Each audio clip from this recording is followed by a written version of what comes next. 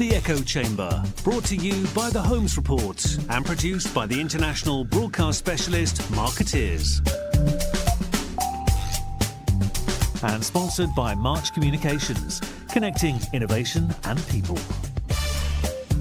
Ladies and gentlemen, welcome to the Echo Chamber podcast. This is Arun Sudhaman from The Holmes Report, and we are very happy to be rejoined today by Tim Sutton, the Weber Shandwick CEO for EMEA, Chairman for Asia Pacific. Tim, I imagine there are some other titles that I have neglected to mention, but welcome to the show.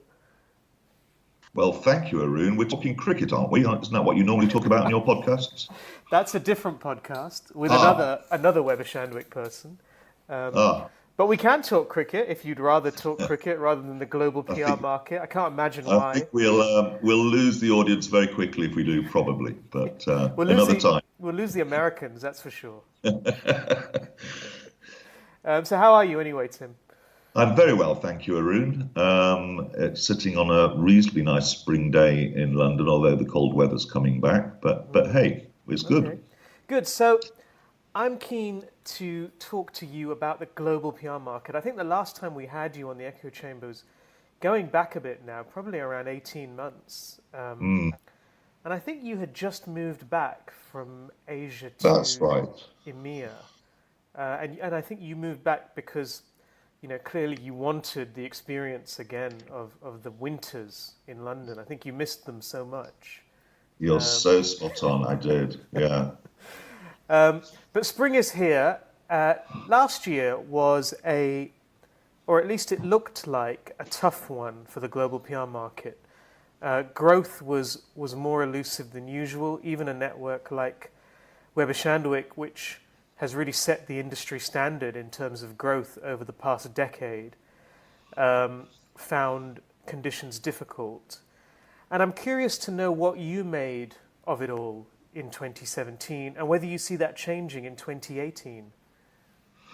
Well, you're right, it was, I think, a tougher year. And I think you have to, place this in a little bit of historic context, which is that it was the first tough year in my memory. I'm trying to go back to probably since about 2010, right?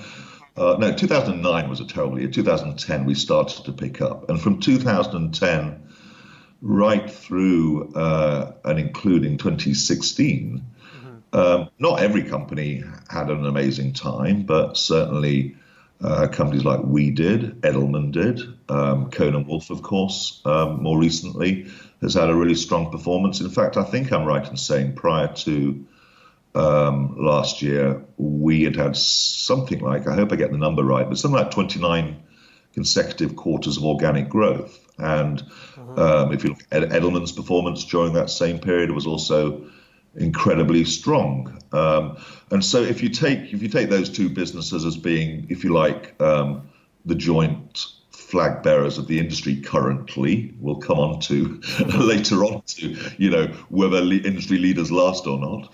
But if you look at that jointly, it was a very, very good long period. So here we have in 2017, you're right. If you look at both, our results, and of course we talk about the PR results for the holding company as a whole, not just specifically Weber Shandwick, as do most of our holding company competitors. But nonetheless, if you look at all of that, then yes, it was a really tough year. I saw Edelman's numbers with pretty modest growth as well. I forget the exact number. You'll remind me, something like 2 or 2.5%. Yeah, 2.1. Yeah, something like that. So it was a challenging year. I wouldn't, was it a complete shock? Yes and no. I kind of go, being British, I kind of go into every year feeling cautious and bearish, just because that's the way we are in Britain, compared to our friends in the US who are more overtly positive. But I think it was a mixed year. I mean, we had, from our point of view, it wasn't kind of everywhere. We had a really strong performance in Europe. I'm delighted to say, with some double-digit growth, which was quite remarkable in the circumstances, given Brexit, blah, blah, German issues and so on. but a really strong performance. In Asia, it's definitely slower, and China particularly from the halcyon days when I was there for 7 or 8 years. I had a really, really lucky run. So China has obviously slowed down, but nonetheless, it was a good performance in Asia. And in North America, the major offices continued to do well. We had a few headwinds in some of the smaller regional offices. And there was some evidence, I think it is fair to say, of client caution, no question at all. And whether you ascribe that to the various geopolitical developments in the world, in fact, the irony is that the stock markets did really, really well, but nonetheless, a lot of consumer caution, and certainly on the FMCG area, if you look at 2 or 3 of the major players in that area, clients I'm talking about, obviously, and publicly cut back marketing in some areas, or change their marketing spend in some areas. So it was a tougher year. I think it's fair to say, and I say this, we're early days in 2018. There was, I'm pleased to say, some sign of momentum coming back over the last quarter of last year and into this year. And we're feeling, therefore, rather better about this year than we probably were in the middle of last year. But yeah, a tougher year, Arun, no question about it. But before I talk to you about the various geographies under your remit, just wanted to ask you whether you thought the softness in the market, whether you saw that as cyclical or structural. Bit hard to say, isn't it? And it's always very, very hard to opine on these things when they happen. I think it was Chow and Lai who said it was a little bit too early still to see the impact of the French Revolution. And so I think there clearly was some degree of cyclical. I've heard and read, a lot of other material that raises big questions about the agency model that we might come onto, and has life changed, and disruption in the marketplace from new or different entrants, and maybe all of that's happening as well. But in a sense, I think everyone's disrupting everyone else at the moment.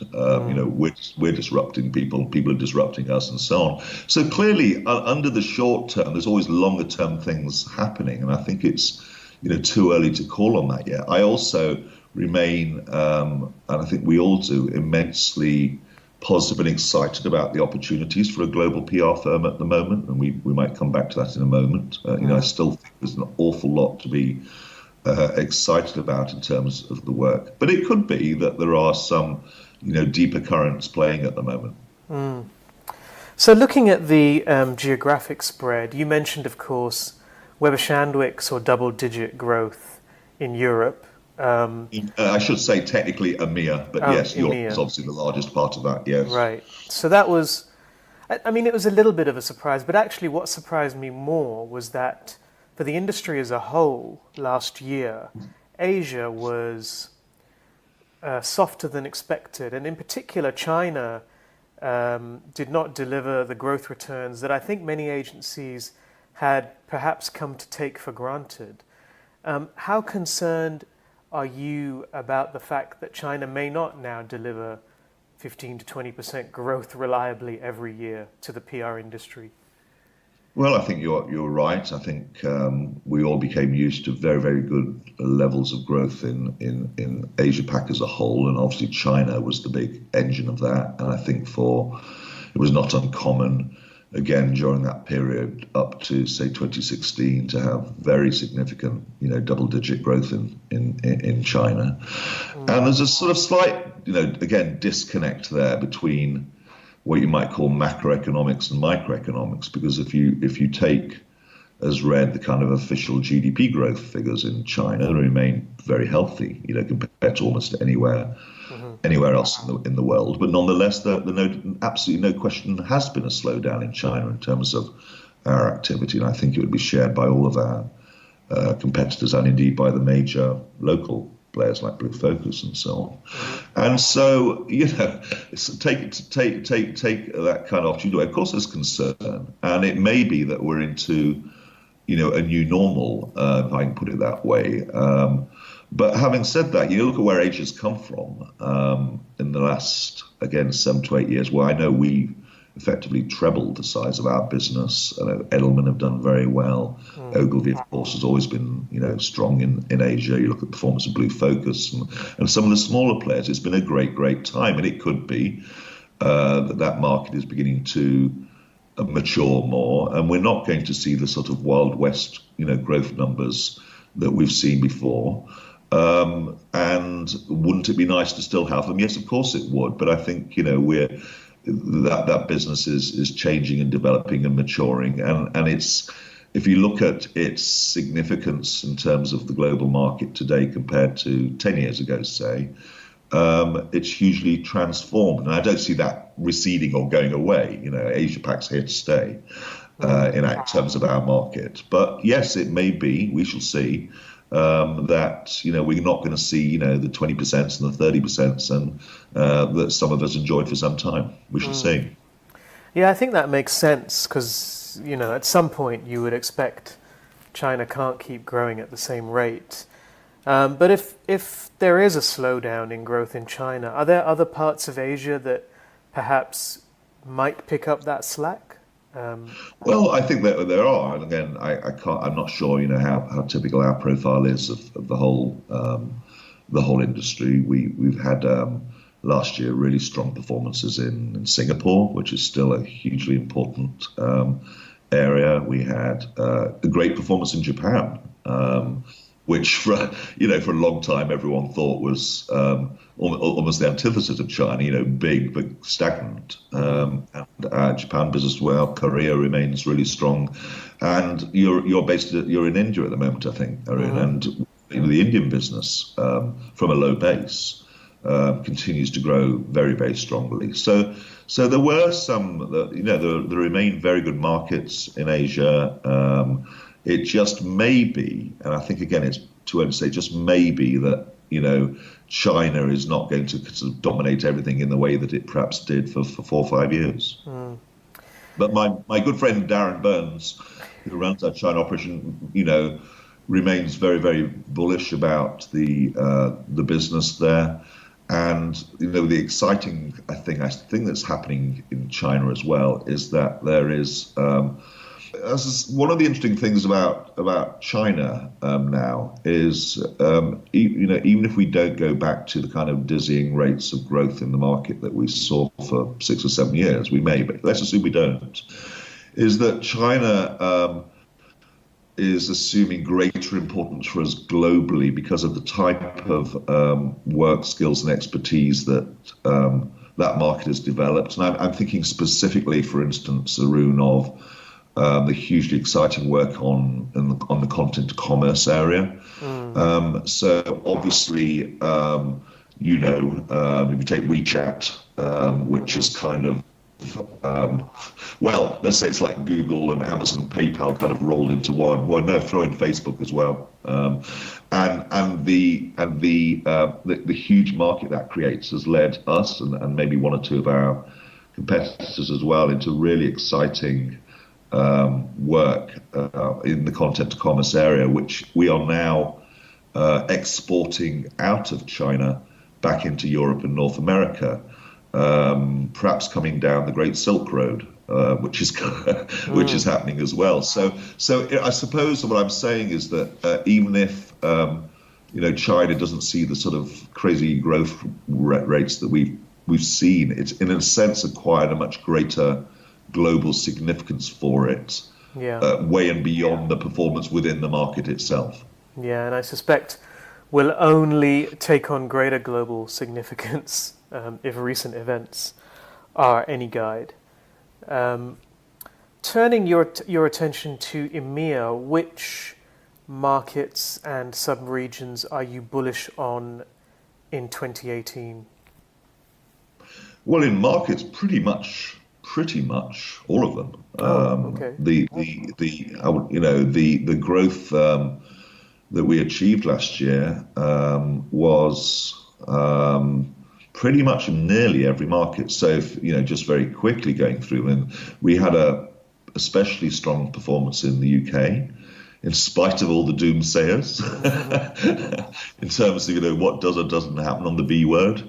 And of course, that may still have longer term implications that we just don't know yet because no one knows. But nonetheless, London and the UK was very, very resilient for us. We had an excellent performance in Germany for the second year running, and that's becoming more and more important to us as a market.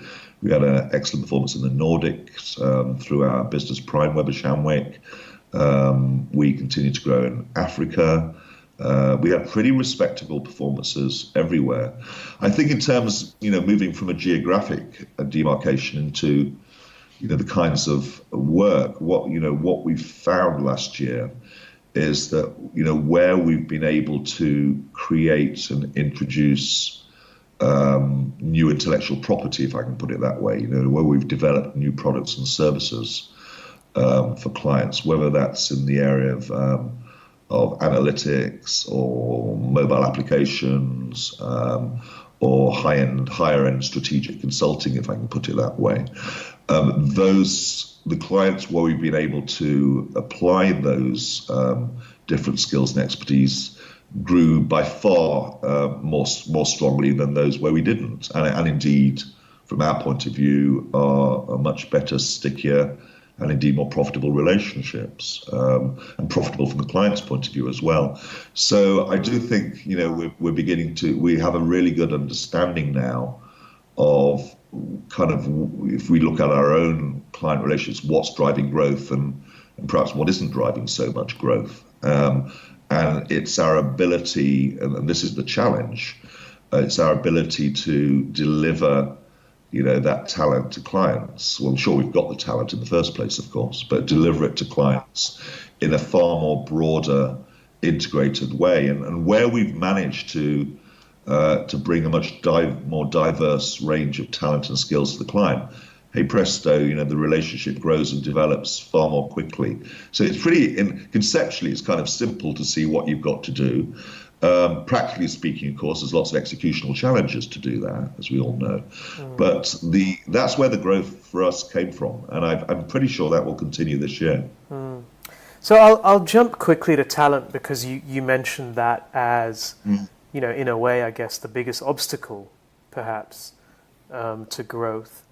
And a question that I'm always curious to hear the answers to, and you're someone, of course, that has a number of agency CEOs, that report into you from various markets. What is your idea of an ideal agency CEO these days, and how has that changed, if at all? Well, apart from Andy Polanski, you mean? I think, are you contractually obliged to mention that as your answer? Well, we have a pretty good global CEO, as you know. So, I think that there are, many different styles, obviously, to be a global CEO in our market, as there are in every other market. There's no sort of, personality template. There's no sort of, tick boxes that you have to satisfy. There are all sorts of different good global CEOs. And, apart from Andy, I've a lot of time for people like Richard Edelman, obviously for Donna at Cohn & Wolfe, and for others. I think the more general comment I would make is that maybe we have the sort of idea of a sort of great Napoleonic command control hero, if I can put it that way, who through by force of his or her personality, drives the whole business globally, and everything flows from that person. I think that's increasingly difficult, just because our organisations now are so complex, and I know Sir Martin's talked about simplification, but our organisations are in some ways necessarily complex in the way we have to organise ourselves. We have to organise ourselves still by market P&Ls, because that makes sense. We organise ourselves to some degree by practice expertise. We organise ourselves by major client relationships and how we manage those, and increasingly we're organising ourselves by, we talk about different virtual skill communities in the business, whether it's content or integrated media or data and analytics, or indeed the whole client experience part of it. And to make all of that work in a matrix world is challenging for all of us.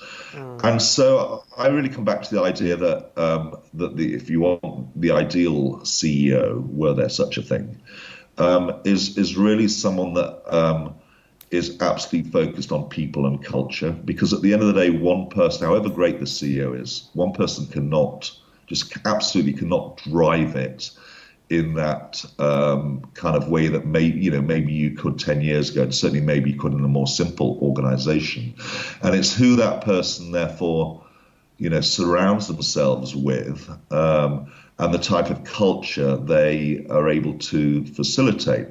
I mean, Arun, you and I both love sport, and I'm not going to bore people for too long about sport because not everyone listening on this call necessarily loves it. But I thought it was a really interesting observation. Normally we talk football and cricket, but I'm going to mention rugby now. When England sadly lost to Scotland, there were really good comments made about the lack of leaders on the field.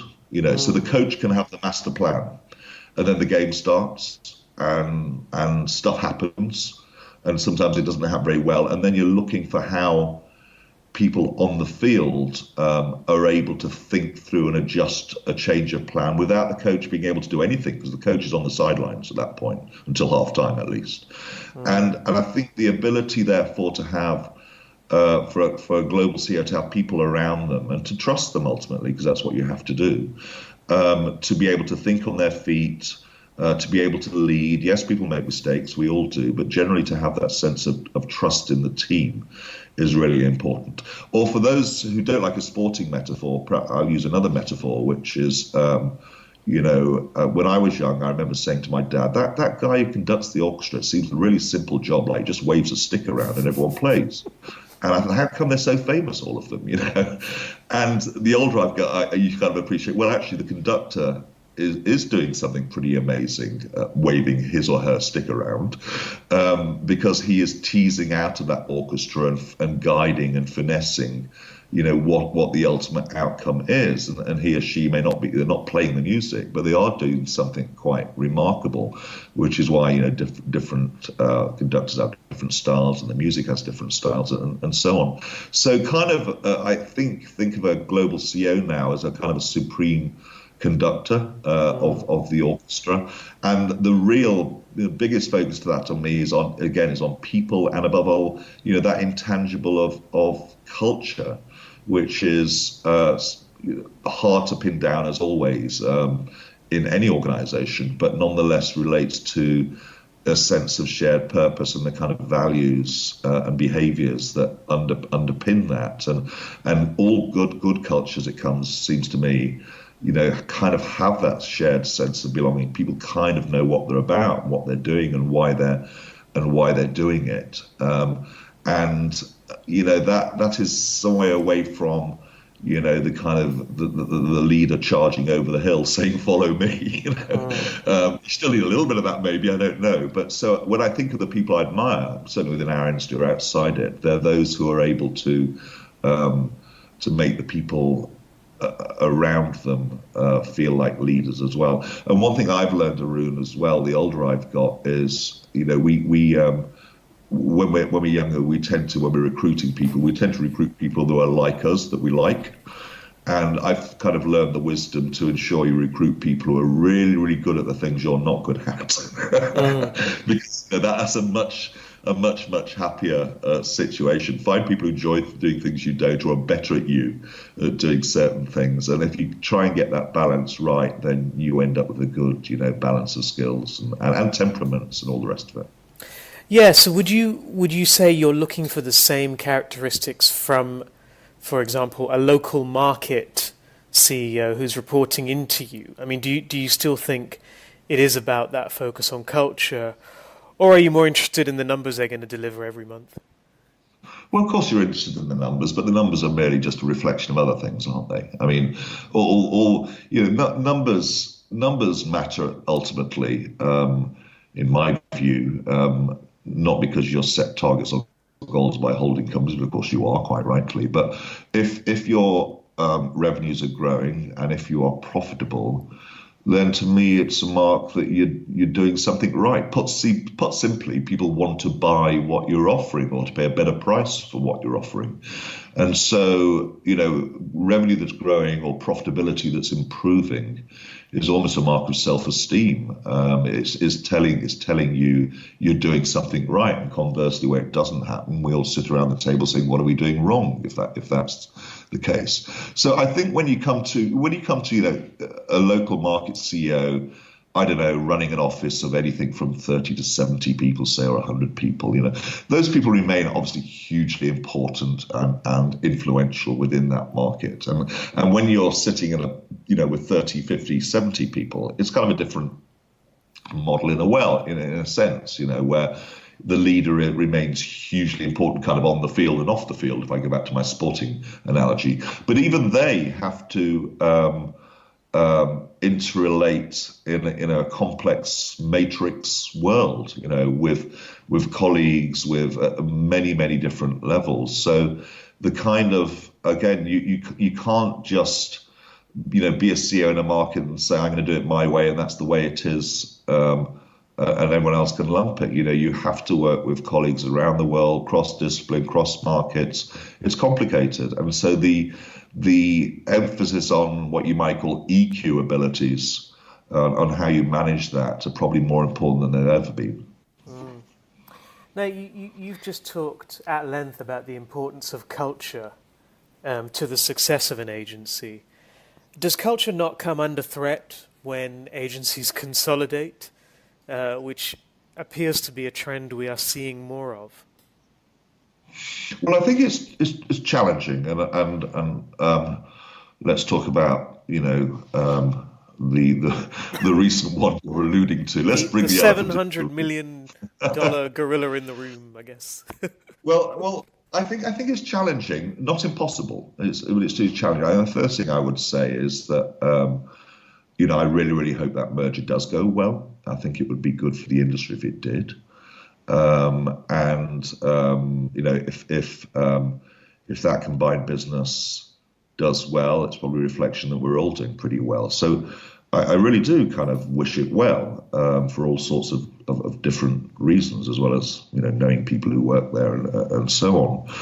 And I think you looked at it from a holding company level. I don't think you need to have done the MBA to work out why it might look a very persuasive idea, in that you are bringing two businesses together that on the face of it have very different but complementary practice area strengths, in terms of if you say corporate and crisis and all the rest of it in Burson, a really strong consumer capability and healthcare capability of Cohen & Wolfe. And so putting them together and on paper looks really good. You obviously get all sorts of back office potential synergies and savings. And maybe, just maybe, you feel this is a structure you can explain to clients with more simplicity and persuasiveness. And I think those are all, clearly, pretty strong factors in favour. But having said that, we all know that mergers are challenging, and I know from my personal experience, good and bad. So back in whenever it was, 2001 was it? I forget now. It's a long time ago. But when we had, well, of course, we had our own merger. Well, previously Weber had merged with Shandwick, and then BSMG was thrown into the mix. We had three companies in a sense to kind of pull together, and in the end, it went very well. But honesty also allows me to say it was tough for the first year or two, because and also at that time in the market wasn't great. I think about that time either. It was really tough, and there was some pain involved, and it takes time for it to all come together. Now, in that case, fortunately, I think we had, I was proud to be part of a senior management team led by House Diamond at the time. We had a team that kind of understood what it was about, and also understood that although some of us, or a lot of us, those people from BSMG, we understand the importance of the Shandwick business as well, which in fact arguably was a much stronger brand than we were at the time. And we had great people, the Shandwick side like Colin Byrne and many, many others that we knew had to be part of it and feel part of it. And, this you have to be very, very careful how you bring that together. And you also have to take tough decisions. I mean, if I think about going back into the distant past, probably when you were still in short trousers, Arun, back in the early 90s, I was part of a business, Charles Barker, which had been owned by a smaller holding company, Corporate Communications in London, and they merged together Charles Barker and City and Commercial. Back in the early 90s, and it was completely disastrous, right? So I've kind of seen it both ways, and it was disastrous just because no real tough decisions were made. Some people had duplication of positions, and they tried to fob everyone else off, saying, "Well, you're still important, and you're still important, you're still important," and no one really knew what the accountability was. Within a year or two, half the people had left, and of course that old business went bankrupt before. We were able to revive Charles Barker, as you know, in the 90s. So, and I think you've alluded in one of your articles to the Carl Bayer, Hill Knowlton thing as well. Yeah, that was poor, really. Carl Bayer was poor as well. So I don't think there's anything intrinsically saying that it has to fail, and I really do wish this well, and it can succeed.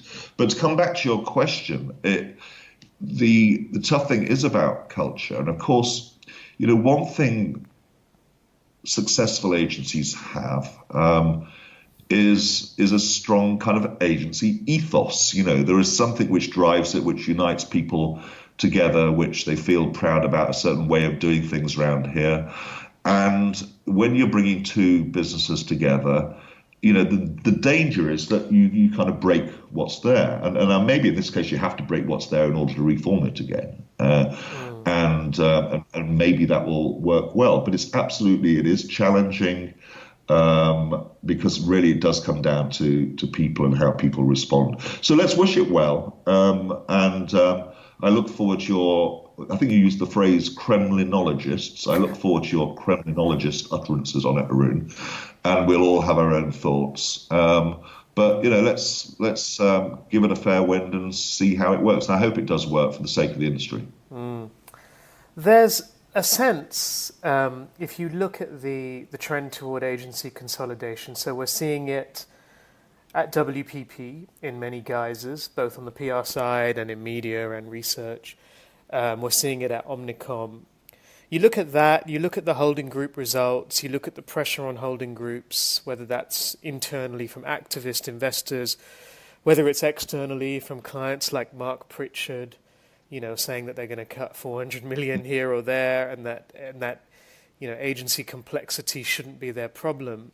You look at all of those things, and it's hard to avoid the conclusion that the holding group model is under pressure like never before. And I wondered what you thought of that, whether you think that's fair, given that Weber Shandwick, of course, is part of one of the big four holding groups. Yeah.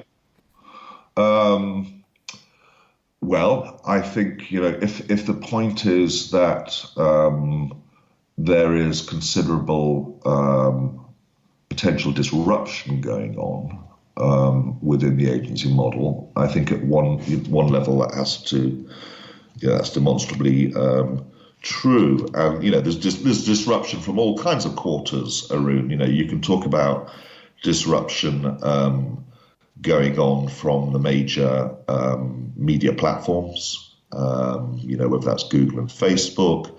You can talk about in-house investment in agencies. You can talk about consulting firms coming into the market. You can talk about the entertainment industry and its ability to make storytelling effective. You can talk about technological disruption, whether it's AI or machine learning or whatever. Clearly, all of these things are happening.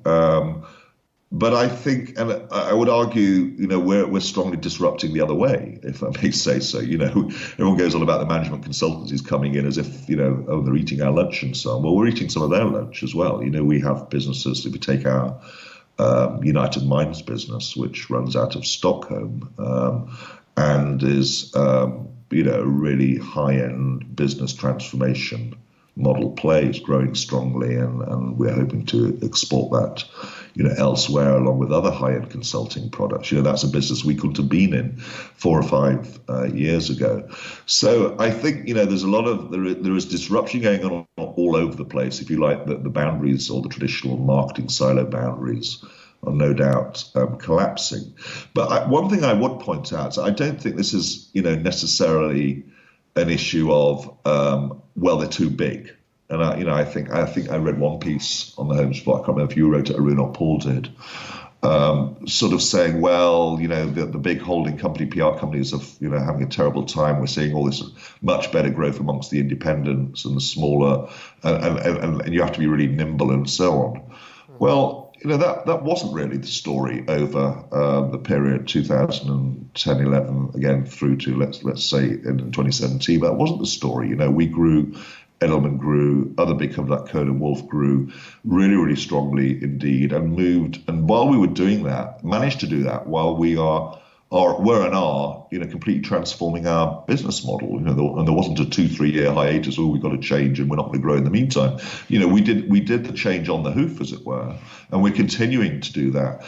And I think as well, if you, in a sense, one can't have it both ways. If size and scale are supposedly these big problems for the holding companies, then why is everyone saying that the management consulting firms are going to come in and dominate the market? I mean, they're far bigger than us, right? So I don't accept the idea that scale is somehow a problem. And in fact, I would argue it the other way, that in some ways it's precisely because we and one or two other companies have been able to develop that a global scale, not just in terms of footprint, but the spread of skills and the investment in new areas like data and analytics, that I know from the kind of where, as I said earlier, where we're growing most strongly, in a sense, comes from a virtue of scale. And we also know, there are some big agency consolidation plays out there, and we've had 1 or 2 recently, as you know, including one in healthcare, that are extremely positive to the scale model. So I don't think what I'm trying to say, I suppose, is if there are issues, and I think there are challenges, and I listed some a moment ago, I don't think it sort of comes because we're sort of too big and complicated, or that we can't be nimble enough. And another point to make, I suppose, is if you've got and I think again this is a point that you or someone else made in the Holmes report recently. If you're $500 million, say, and you grow at 5%, well, that's created another $25 million agency, right? which is pretty impressive. And of course, if you're a $10 million firm, you can grow at 30, 40, 50%, and that looks really exciting, and it is exciting if you're in that firm. But I think the growth track record has been pretty good. But if the point is, are we entering into a more confused phase in the market with lots of different entrants and lots of challenges, then I think that's clearly happening at the moment. We'll see how it plays out. But I still remain, and I think others I've spoken to in this area, whether in Weber Shandwick or in friends in competing firms, we still remain really, really positive about what the opportunity is.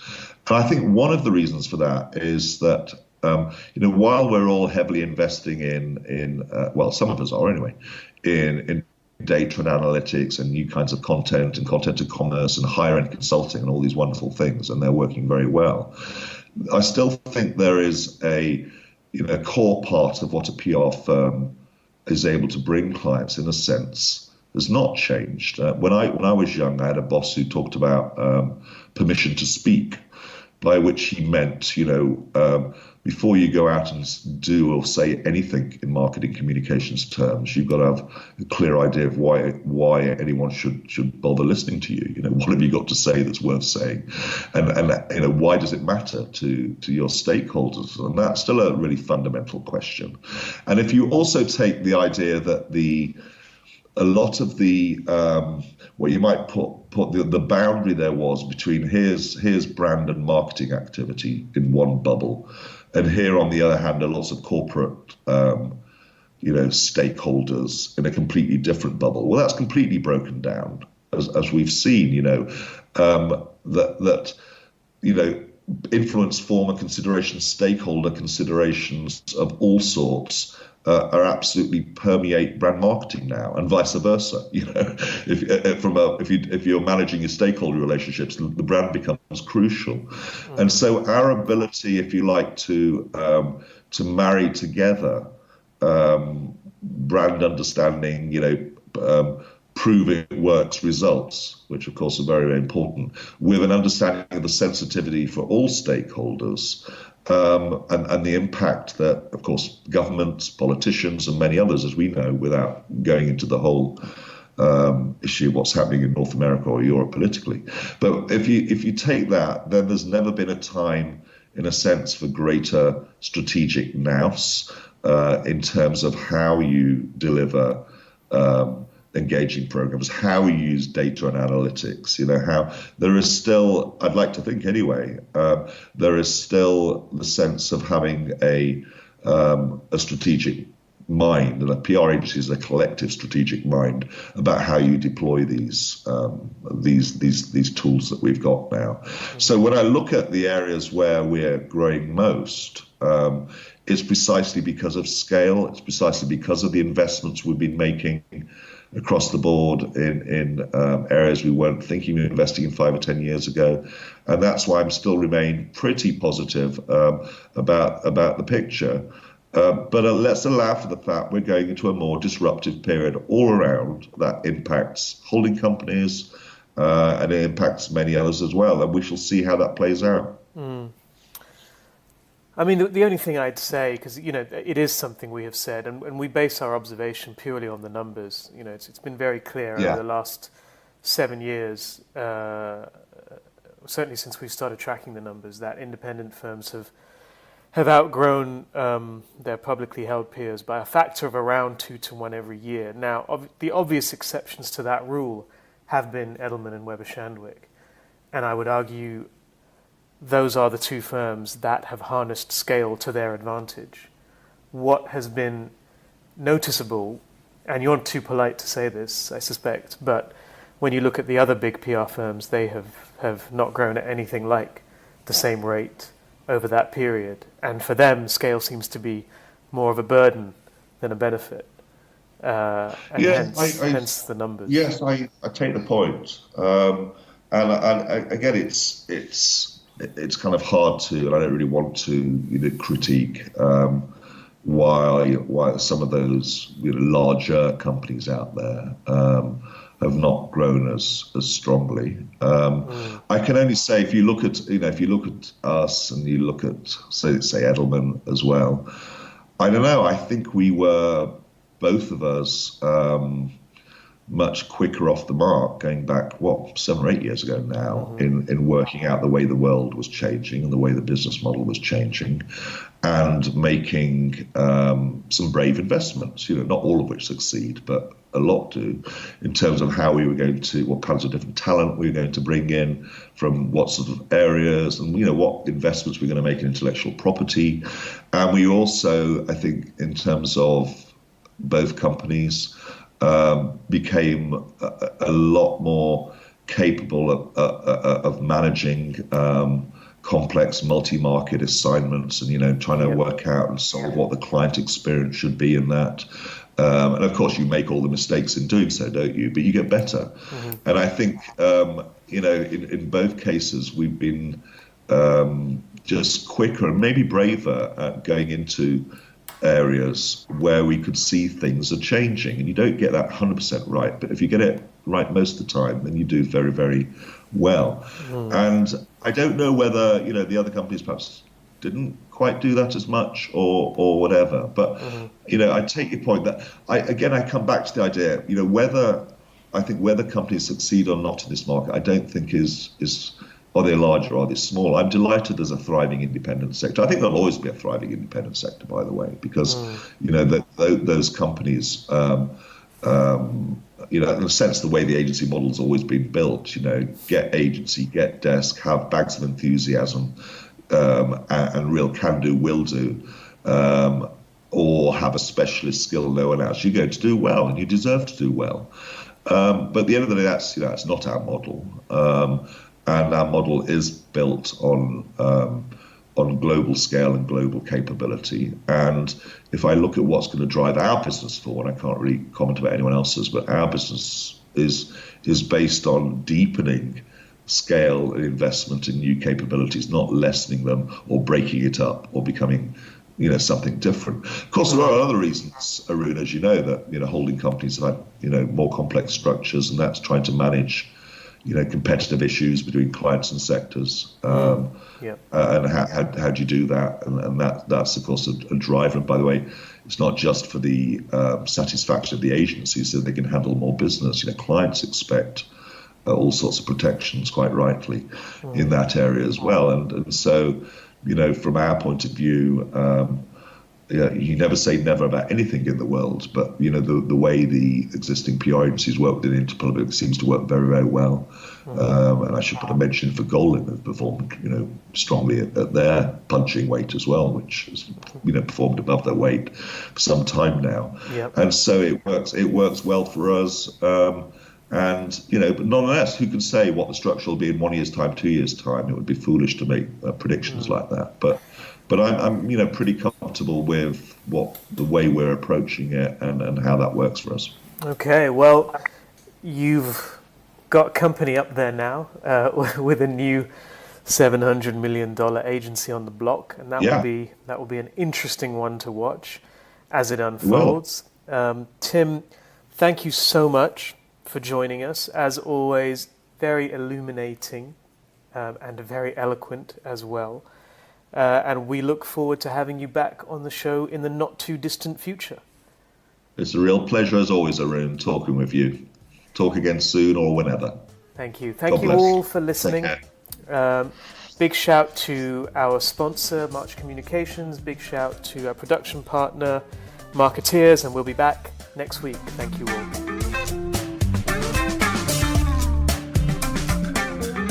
You've been listening to The Echo Chamber. Brought to you by The Holmes Report and produced by Marketeers. Sponsored by March Communications, connecting innovation and people.